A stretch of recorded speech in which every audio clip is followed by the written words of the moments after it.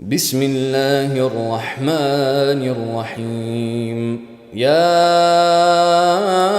أيها النبي لم تحرم ما أحل الله لك تبتغي مرضات أزواجك والله غفور رحيم. قد فرض الله لكم تحلة أيمانكم والله مولاكم وهو العليم الحكيم.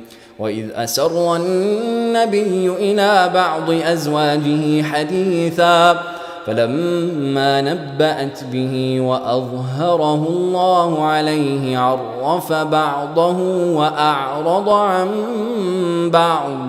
فلما نبأها به قالت من أنبأك هذا؟ قال نبأني العليم الخبير.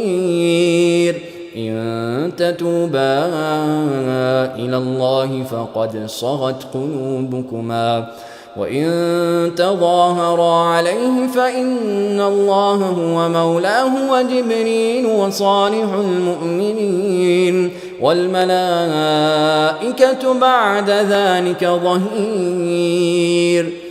عسى ربه إن طلقكن أن يبدله أزواجا خيرا منكن مسلمات مؤمنات قانتات تائبات عابدات سائحات ثيبات وأبكارا.